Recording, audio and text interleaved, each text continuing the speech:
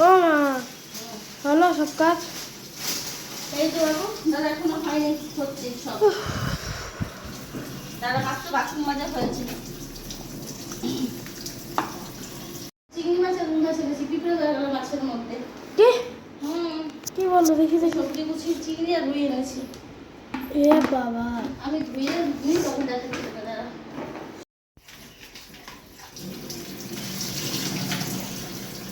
মাছগুলো ধোয়া বলে চিংড়ি মাছগুলো আজকে ধোবো না, বুঝলি বাবু? চিংড়ি মাছগুলো ধুয়ে ছাড়াবো, রান্না করবো। তুই নিশ্চয়ই ভেবেছিলি আজকে আলু পটল তরকারি করে চিংড়ি মাছ দিয়ে, কিন্তু ডাইরেক্ট আমি কত রুই মাছ নিয়ে এসেছি দেখবি, অনেক রুই মাছ নিয়ে এসেছি। এই দেখ মাথা খাবো। কত নিয়ে এসেছি, দেখ দেখেছি। আজকে রুই মাছ রান্না করি। অন্যদিন চিংড়ি মাছ আজকে বাটন এই সব কাজ গোছানো হলো, নিজেও ফ্রেশ হয়ে এসেছি। এবার খাওয়া দাওয়া করবো। এখন বাজে কটা? 1:20। 1:20 আমি সব কাজ কমপ্লিট করে ফেলেছি। রান্না বান্না, কোটা বাটি, ধোয়া ধুই, বাসন মাজা, চান করা, পুজো দেওয়া, ঘর মোছা, সব কাজ করে ফেলেছি। কিন্তু 1 গ্লাস জল খাইনি। সেই যে আমি বাজার করে এসে কাজে লেগেছি, 1 গ্লাস জলও আমি খাইনি। আমি ভুলেই গেছি আমি জল খাইনি। এখন আমার মনে হচ্ছে আমি সত্যিতে জল খাইনি। মানে সারাটা দিন যে কোথা দিয়ে যায়, আমার মনে হয় যে আমারই মনে এরকম তাড়া লাগে না। আমার মনে হয় এরকম সববারই তাড়া লাগে। জল খাওয়ার কথা মনে হয় সবাই ভুলে যায়। আমি যেরকম ভুলে যাই জল খাওয়ার কথা, সবাই ভুলে যায়। অ্যাকচুয়ালি সময় পাই না। রান্না করছি, পাশেই দেখো জলের দাম। এখান থেকে নিয়ে খেতে পারি, কিন্তু সময় হয় না। এমন সময় মানে খাবো, ততগুলো কড়াইয়ের মশলা পড়ে যাবে, তেল পড়ে যাবে, হ্যান হবে, ত্যান হবে, এই কথা চিন্তা করতে করে জলই খাচ্ছি না। সকলের চিন্তা করতে করতে নিজের চিন্তাই করছিলাম। একটা সময় এসে দেখি নিজের জন্য কী করলাম। হায়, সারাদিন তো এটাই ওটাই করে দিলাম, নিজের জন্য কখন কী করলাম। তো চলো, নিজের জন্য খাওয়া দাওয়া রান্না করছি, এবং খাবো। তো হয়ে গেছে সব। আচ্ছা, তো চলো খাওয়া দাওয়া করা যাক। প্রচুর খিদে পেয়েছে। কে কে রান্না করছে সেটা আমি দেখাচ্ছি। রান্না হয়েছে 1 হাঁড়ি ভাত, 1 হাঁড়ি তরকারি। এই দেখো থালায় বেড়ে দিচ্ছি কত ভাত। পুঁই শাকের তরকারি করেছি, আলু কুটে পুঁই শাকের তরকারি, ছেলেকেও দিয়েছি পুঁই শাকের তরকারি।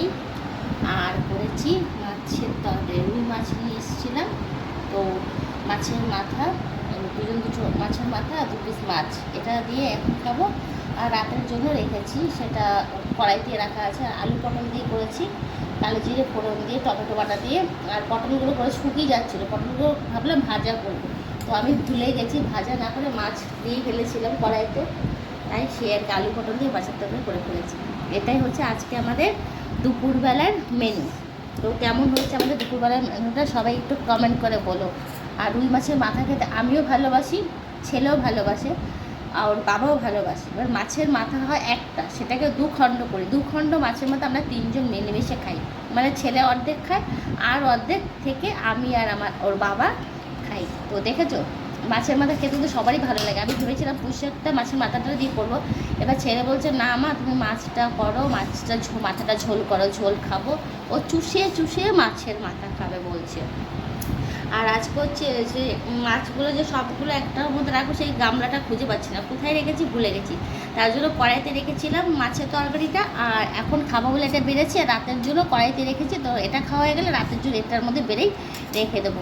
তো কী রে দেখি, ওরে বাবা রে, কেমন হচ্ছে?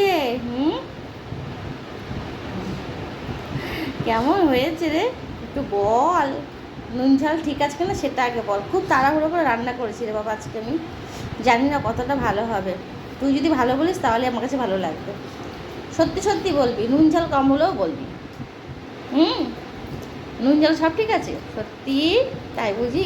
আচ্ছা, তাহলে চলো দুপুরবেলা খাওয়া দাওয়া করা যাক।